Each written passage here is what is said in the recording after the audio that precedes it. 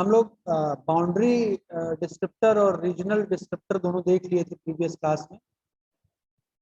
आज के इस लेक्चर में हम लोग टेक्सचर देखेंगे, क्या होता है टेक्सचर, और इसके बाद हम लोग पैटर्न क्लासेस, और उसके बाद हम लोग रिकॉग्निशन देखेंगे, और आपका ये यूनिट के साथ साथ पूरा कंप्लीट सिलेबस कंप्लीट हो जाएगा। चलिए देखते हैं टेक्सचर क्या होता है। It is an important approach to region description is to quantify its texture content. This descriptors provides measures of properties such as smoothness, coarseness and regularity. ये बेसिकली मेजर करता है स्मूथनेस, रेगुलरिटी और coarseness को। Three principal approaches used in image processing to describe the texture of the region. किसी भी reason का texture मतलब कोई भी इमेज है उसके ऊपर भी कुछ लिखा हुआ है, उसको हम टेक्सचर कहते हैं। इसके लिए तीन प्रिंसिपल अप्रोच होते हैं। Number one is statistical approach, second one is structural approach और third one is spectral approach. तो number one is your statistical approach को देखेंगे। क्या होता है स्टैटिस्टिकल अप्रोच? ये आपका स्टैटिस्टिकल अप्रोच हुआ।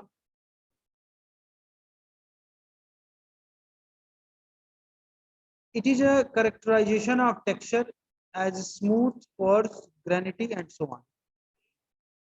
To describe texture is to use moments of the intensity histogram of an image or region. जो भी इंटेंसिटी हिस्टोग्राम होते हैं उसके स्टैटिस्टिकल मूवमेंट को डिस्क्राइब करता है texture. Let PZ be the histogram of an image region where L provides gray levels Z of I and I is equal to 1, 0 to L minus 1. The nth moment of Z about the mean is this. Mu n of Z is equal to summation of I is equal to 0 to L minus 1 Z I minus M पे whole power n P of Z I, where M is the mean value of Z. M जो है क्या है, Z का जो है mean value है, मतलब Z क्या इंटेंसिटीज है, डिफरेंट इंटेंसिटीज है Z I, तो Z सारे इंटेंसिटी का एवरेज लेंगे तो वो हो जाएगा आपका M। देखिए यहाँ निकाला गया है M is equal to summation of I is equal to 0 to L minus 1 Z of I P Z I, so this is M।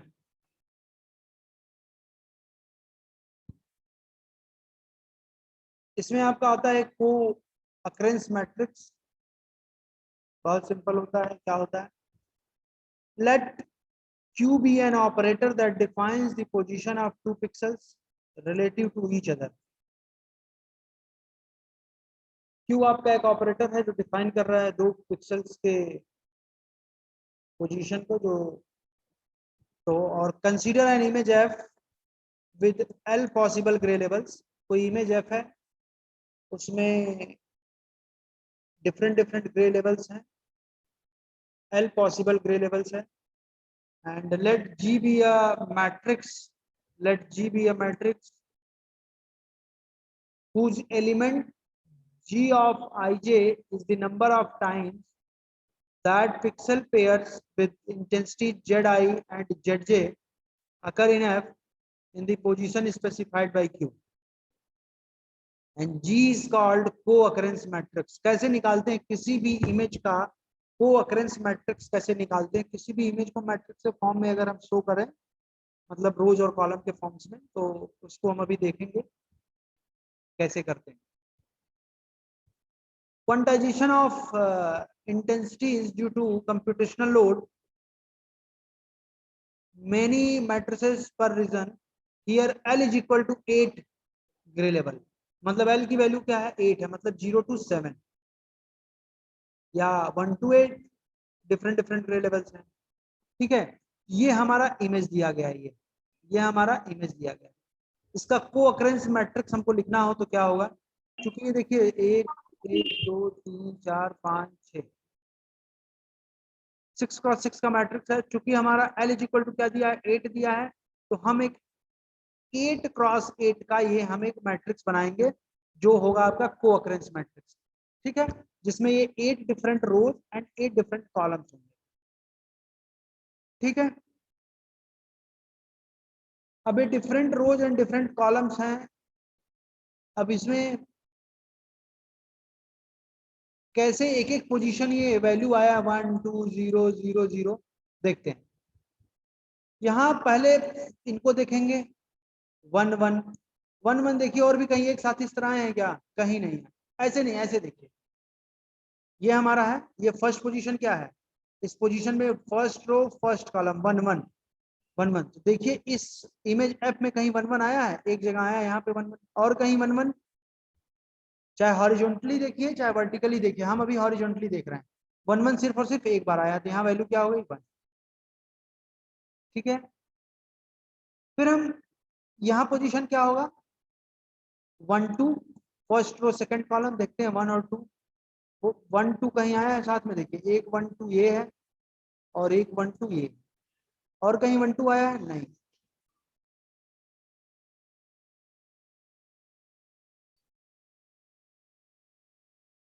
कितनी बार आया है 1 2?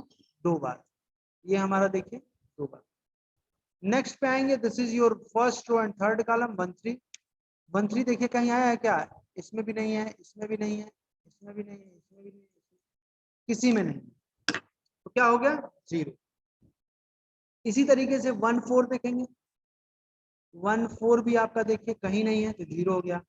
1 6, ये 1 6 है, फर्स्ट रो 6 कॉलम, तो 1 6 देखिए ये रहा, 1 6 आपका यहाँ है, और कहीं 1 6 नहीं है, तो 1 टाइम हो गया। इसी तरह से 1 7 भी हो जाएगा, एक बार आया है 1 7, देखिए कहाँ आया 1 7, ये रहा 1 7, ये रहा। फिर 1 8 0, 1 8 नहीं। इसी तरीके सपोज अगर हम इस पोजीशन को देखें, दिखाया गया यहाँ पे 6th row and second column, ये 6th रो हो गया और ये second column.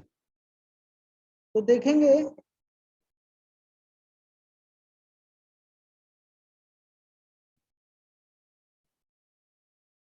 Sixth row and second column, तो सी सॉरी 6 2 देखिए कितनी बार आया है, एक बार देखिए यहाँ पे है, एक बार यहाँ पे है, एक बार यहाँ पे है, 3 बार है, और कहीं 6 2 नहीं है, यहाँ पे वैल्यू कितनी हो गई 3।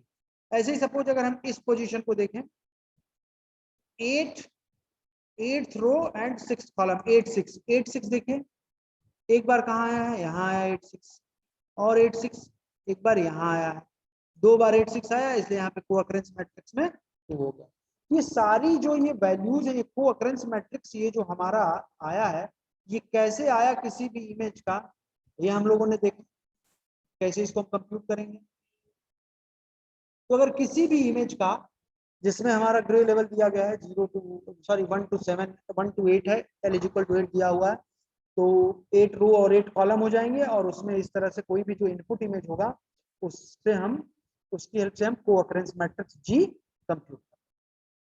ठीक है,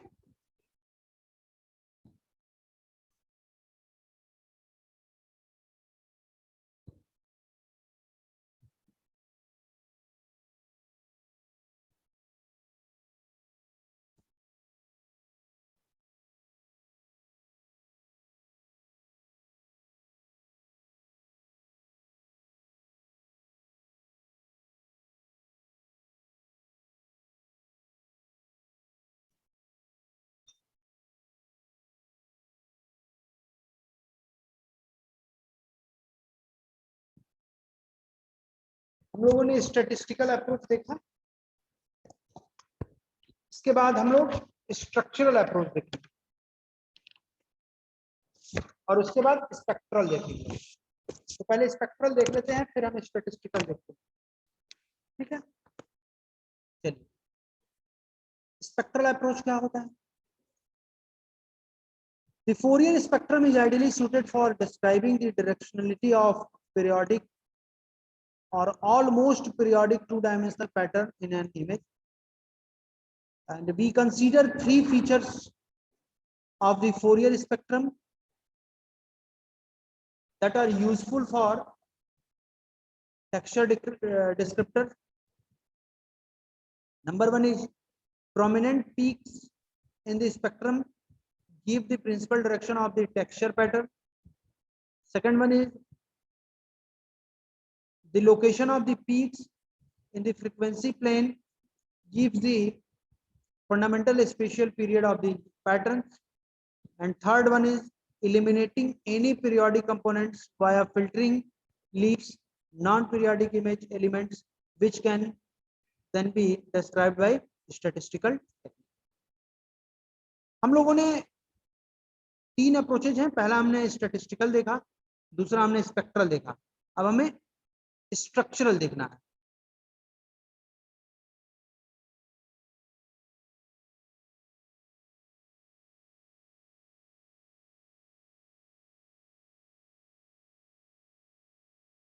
तो टेक्सचर में 3 अप्रोचेज हैं आपके, स्टैटिस्टिकल अप्रोच, स्पेक्ट्रल अप्रोच और स्ट्रक्चरल अप्रोच. जिसमें हम लोग स्टैटिस्टिकल अप्रोच और स्पेक्ट्रल अप्रोच देख लिए, स्ट्रक्चरल अप्रोच देखने का.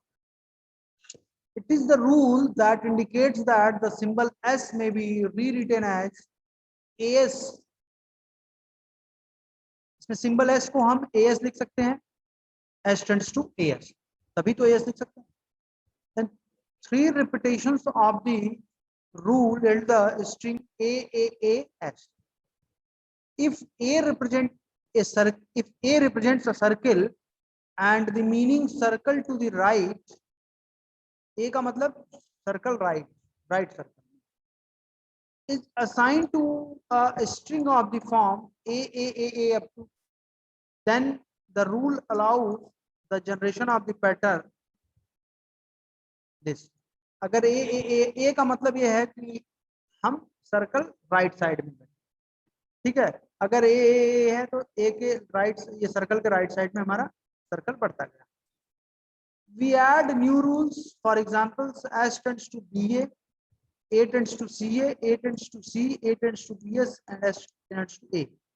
B का मतलब क्या है? B means circle down and C means circle to the left.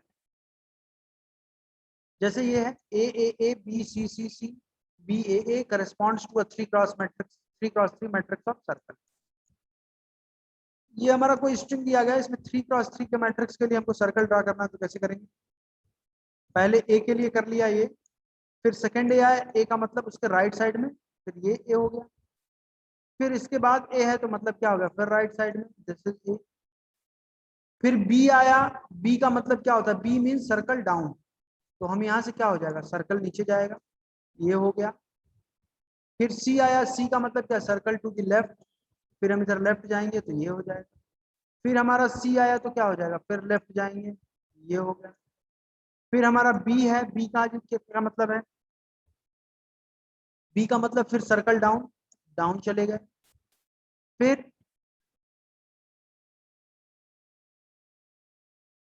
A आया, और फिर A आया, 2 A है तो A का मतलब फिर राइट, और ये हमारा 3x3 मैट्रिक्स में ये हमारा circle. So this is your texture, structural approaches of texture. तो हमने टेक्सचर में तीनों अप्रोच देख लिए, स्टैटिस्टिकल अप्रोच, स्ट्रक्चरल अप्रोच और स्पेक्ट्रल अप्रोच. ठीक है,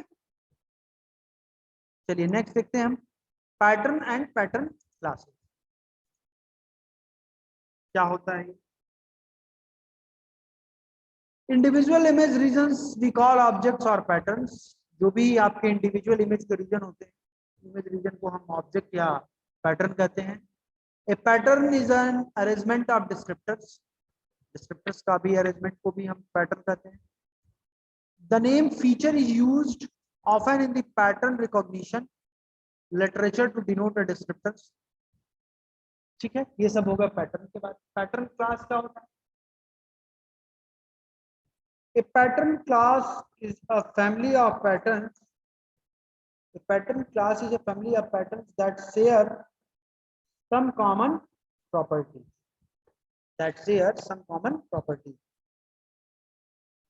Pattern classes are denoted omega 1, omega 2 up to omega w, where w is the number of classes. Pattern recognition by machine involves techniques for assigning patterns to their respective class automatically and with as little human intervention as possible. 3 common pattern arrangement used in practice, that is number 1 is vector, which is used for quantitative descriptors. Second one is string, and third one is trees. Trees is used for structural description. So this is the patterns and pattern classes. And next one is recognition based on decision theoretic methods.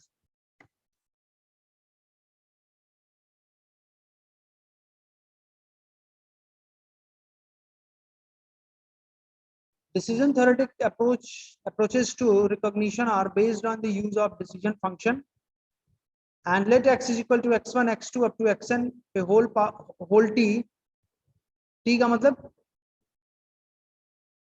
का मतलब है transpose, represents an n dimensional pattern vector. For W pattern classes W1 W2 up to Wn, the basic problem in decision theoretic pattern recognition is to find W decision functions d1x, d12x up to dwx with the property that if a pattern x belongs to class Wi, then di of x is greater than dj of x, where j is equal to 1, 2 up to w and j is not equal to I. The decision boundary separating class Wi from Wj, Wi ne basically omega I, omega I from omega j is given by values of x for which gix is equal to dj x, or equivalently by values of x for which di of x minus dj of x is equal to 0. To identify the decision boundary between two classes by single function, this dij of x is equal to dix minus dj of x is equal to 0.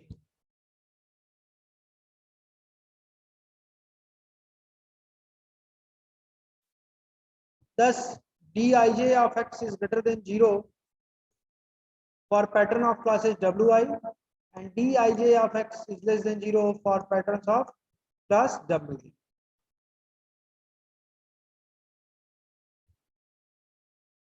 Recognition techniques based on matching represent each class by a prototype pattern vector, and an unknown pattern is assigned to the class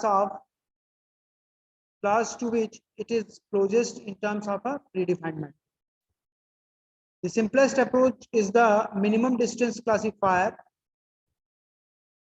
Simplest approach is the minimum distance classifier, which, as its name implies, computes the Euclidean distance between the unknown and each of the prototype vectors. Suppose that we define the prototype of each pattern class is to be the mean vector of the pattern of that class. Mj is equal to 1 upon nj summation of x belongs to wj xj, where j is equal to 1, 2 up to 1, 2, 3, 4 up to w, where nj is the number of pattern vectors from class wj and the summation is taken over these vectors.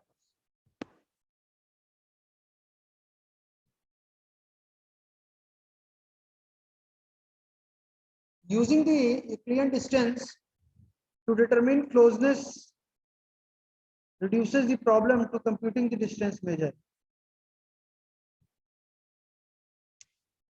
dj of x is equal to mod of x minus mj, where j is equal to 1, 2, 3, 4 up to w. So this is all about your pattern recognition and object recognition using matching. And also this is all about your unit 5. आपका unit 5 यहाँ पे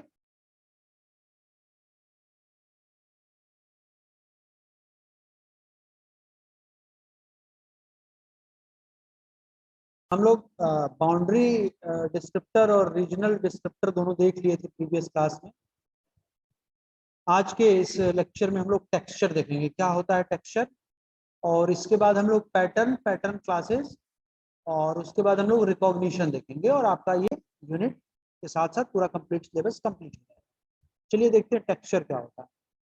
it is an important approach to region description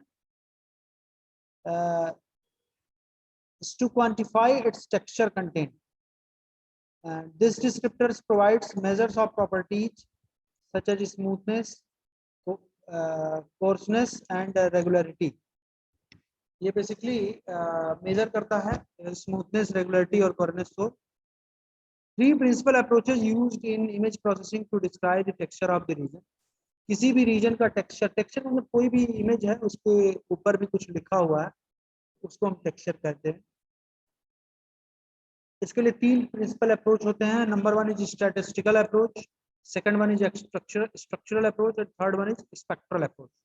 तो number one is your statistical approach को देखेंगे। क्या होता है statistical approach? ये आपका स्टैटिस्टिकल अप्रोच हुआ।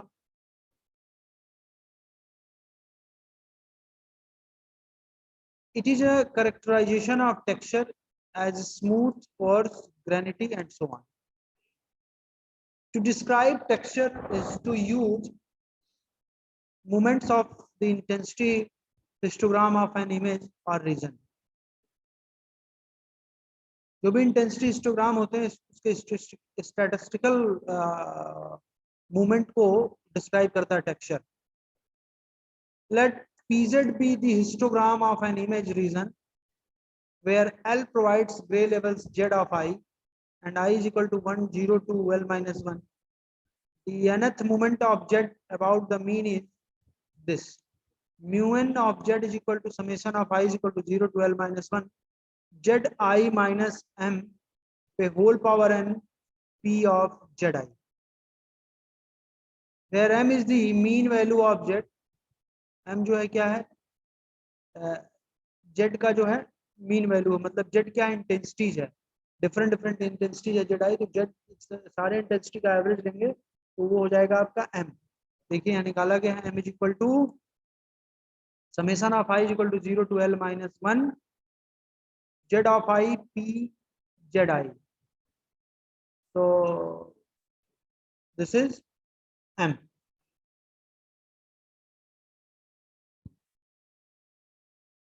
इसमें आपका आता है को अकरेंस मैट्रिक्स, बहुत सिंपल होता है। क्या होता है? Let Q be an operator that defines the position of two pixels relative to each other. Q आपका एक ऑपरेटर है जो डिफाइन कर रहा है दो पिक्सल्स के पोजीशन को, जो तो और consider an image F with L possible grey levels. कोई इमेज F है उसमें डिफरेंट ग्रे लेवल्स हैं, L पॉसिबल ग्रे लेवल्स है, and let G be a matrix, let G be a matrix whose element G of ij is the number of times that pixel pairs with intensity Zi and Zj occur in F in the position specified by Q, and G is called co-occurrence matrix। कैसे निकालते हैं किसी भी image का को-occurrence matrix? कैसे निकालते हैं किसी भी इमेज को मैट्रिक्स के फॉर्म में अगर हम शो करें, मतलब रोज और कॉलम के फॉर्म्स में, तो उसको हम अभी देखेंगे कैसे करते हैं। Quantization of intensity is due to computational load, many matrices per region. Here L is equal to 8 gray level, मतलब L की वैल्यू क्या है? 8 है, मतलब 0 to 7 या 1 to 8 डिफरेंट ग्रे लेवल्स हैं। ठीक है, ये हमारा इमेज दिया गया है, ये हमारा इमेज दिया गया है। इसका को-अकरेंस मैट्रिक्स हमको लिखना हो तो क्या होगा? क्योंकि ये देखिए 1 2 3 4 5 6 6 क्रॉस 6 का मैट्रिक्स है। चूंकि हमारा L इज इक्वल टू क्या दिया है? 8 दिया है, तो हम एक 8 क्रॉस 8 का ये हम एक मैट्रिक्स बनाएंगे जो होगा आपका को-अकरेंस मैट्रिक्स। ठीक है, जिसमें ये 8 different rows and 8 different columns होंगे। ठीक है, अब ये different rows and different columns हैं। अब इसमें कैसे एक एक पोजीशन ये वैल्यू आया 1 2 0 0 0 देखते हैं। यहाँ पहले इनको देखेंगे 1 1 1 1 देखिए, और भी कहीं एक साथ इस तरह है क्या? कहीं नहीं है। ऐसे नहीं, ऐसे देखिए, ये हमारा है, ये फर्स्ट पोजीशन क्या है, इस पोजीशन में फर्स्ट रो फर्स्ट कॉलम 1 1 1 1। तो देखिए इस इमेज एफ में कहीं 1 1 आया है, एक जगह आया है यहाँ पे 1 1, और कहीं 1 1, चाहे हॉरिजॉन्टली देखिए चाहे वर्टिकली देखिए, हम अभी हॉरिजॉन्टली देख रहे हैं। 1 1 सिर्फ और सिर्फ एक बार आया, तो यहाँ वैल्यू क्या हो गई 1। ठीक है, फिर हम यहाँ पोजीशन क्या होगा 1 2 फर्स्ट रो सेकंड कॉलम, देखते हैं 1 और 2, वो 1 2 कहीं आया है साथ में, देखिए एक 1 2 ये है और एक 1 2 ये, और कहीं 1 2 आया है नहीं।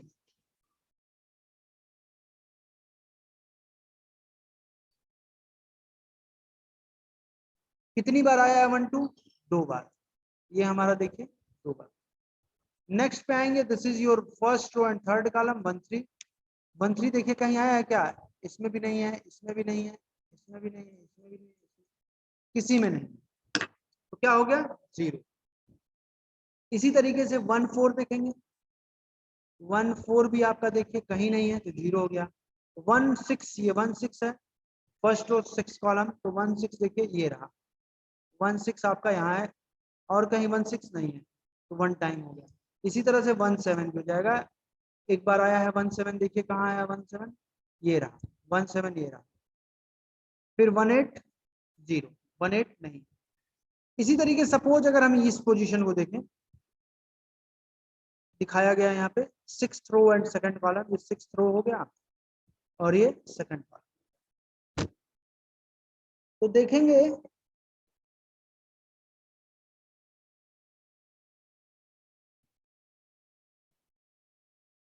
Sixth row and second column,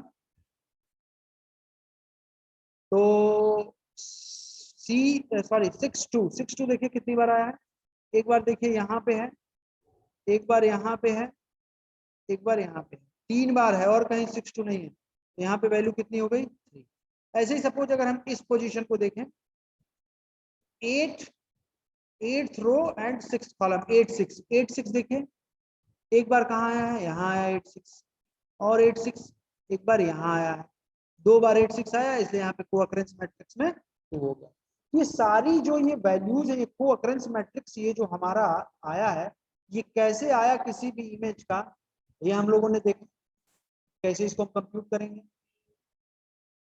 तो अगर किसी भी इमेज का जिसमें हमारा ग्रे लेवल दिया गया है 0 टू सॉरी 1 to 7 1 to 8 है, L = 8 दिया हुआ है, तो 8 रो और 8 कॉलम हो जाएंगे, और उसमें इस तरह से कोई भी जो इनपुट इमेज होगा उससे हम उसकी हेल्प से हम कोअक्रेंस मैट्रिक्स जी कंप्यूट करें। ठीक है,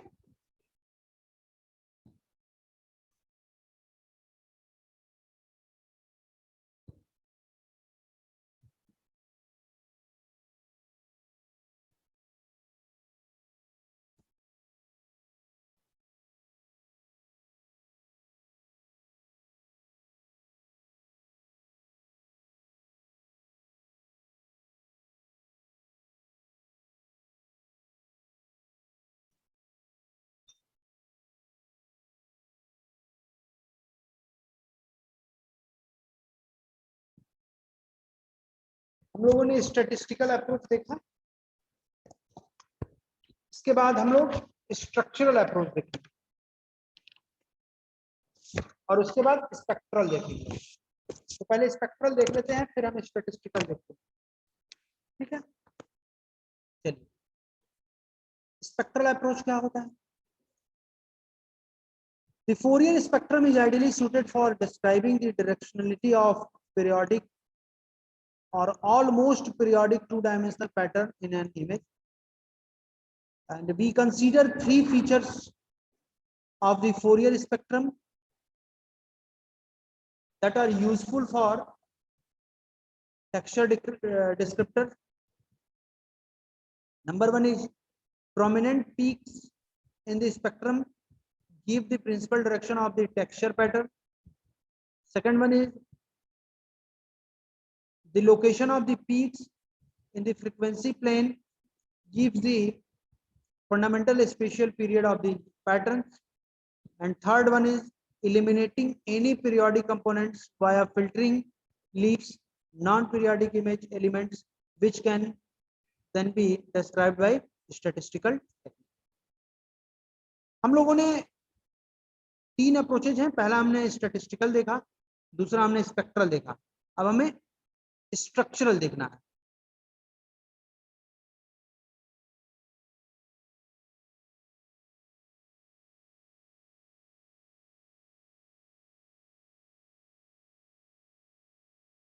तो टेक्सचर में 3 अप्रोचेज हैं आपके, स्टैटिस्टिकल अप्रोच, स्पेक्ट्रल अप्रोच और स्ट्रक्चरल अप्रोच, जिसमें हम लोग स्टैटिस्टिकल अप्रोच और स्पेक्ट्रल अप्रोच देख लिए, स्ट्रक्चरल अप्रोच देखने का। It is the rule that indicates that the symbol S may be rewritten as AS. इसमें सिंबल S को हम AS लिख सकते हैं, S tends to AS, तभी तो AS लिख सकते हैं। Then 3 repetitions of the rule in the string AAAS. If A represents a circle, if A represents a circle and the meaning circle to the right, A का मतलब circle right, right circle, is assigned to a string of the form AAAA up to, then the rule allows the generation of the pattern this. अगर A का मतलब ये है कि हम circle right side में, ठीक है, अगर ए है तो ए के राइट, ये सर्कल के राइट साइड में हमारा सर्कल बढ़ता गया। We add new rules, for examples, S tends to BA, A tends to CA, A tends to C, A tends to BS, and S tends to A. B का मतलब क्या है? B means circle down and C means circle to the left. जैसे ये है A B C C C B A corresponds to a 3x matrix, 3x3 matrix of circle.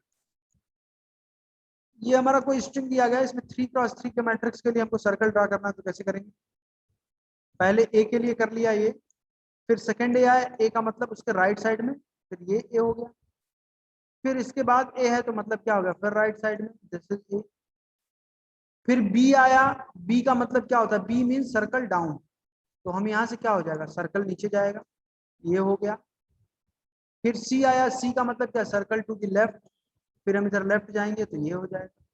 फिर हमारा सी आया तो क्या हो जाएगा? फिर लेफ्ट जाएंगे, ये हो गया। फिर हमारा बी है, बी का क्या मतलब है? बी का मतलब फिर सर्कल डाउन, डाउन चले गए। फिर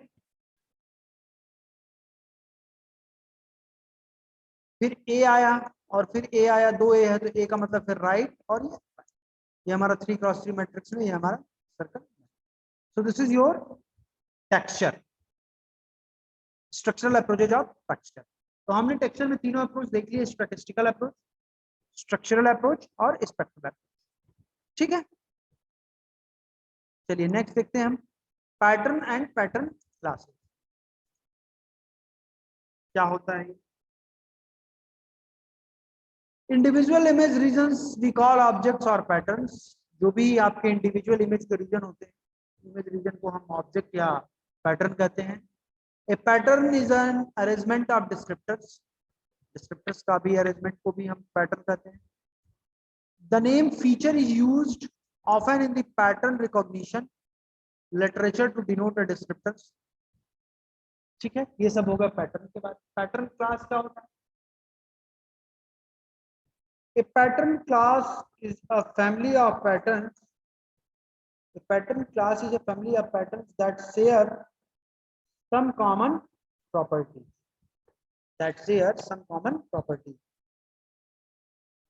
Pattern classes are denoted omega 1, omega 2 up to omega w, where w is the number of classes.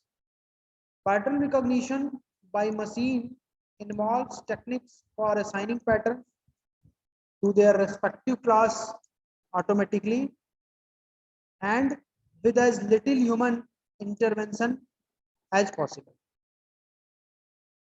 3 common pattern arrangement used in practice, that is, number 1 is vector, which is used for quantitative descriptors. Second one is string, and third one is trees. Trees is used for structural description. So this is the patterns and pattern classes. And next one is recognition based on decision theoretic methods.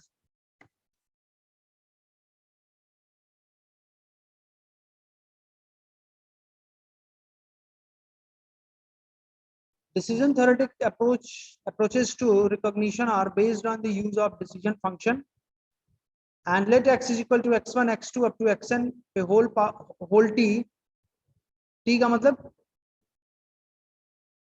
का मतलब है transpose represents an n dimensional pattern vector. For W pattern classes W1 W2 up to Wn, the basic problem in decision theoretic pattern recognition is to find W decision functions d1x d12x up to dwx with the property that if a pattern x belongs to class Wi, then di of x is greater than dj of x, where j is equal to 1 2 up to w and j is not equal to I. The decision boundary separating class Wi from Wj, Wi is basically omega I. Omega I from omega j is given by values of x for which gix is equal to dj x, or equivalently by values of x for which di of x minus dj of x is equal to 0. To identify the decision boundary between two classes by single function, this dij of x is equal to dix minus dj of x is equal to 0.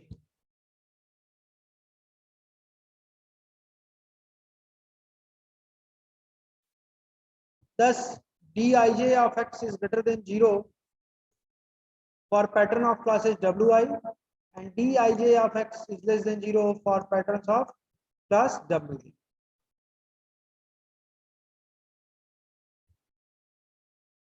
Recognition techniques based on matching represent each class by a prototype pattern vector, and an unknown pattern is assigned to the class to which it is closest in terms of a predefined method. The simplest approach is the minimum distance classifier. Simplest approach is the minimum distance classifier, which, as its name implies, computes the Euclidean distance between the unknown and each of the prototype vectors. Suppose that we define the prototype of each pattern class is to be the mean vector of the pattern of that class. Mj is equal to 1 upon nj summation of x belongs to wj xj, where j is equal to 1 2 up to 1 2 3 4 up to w, where nj is the number of pattern vectors from class wj and the summation is taken over these vectors.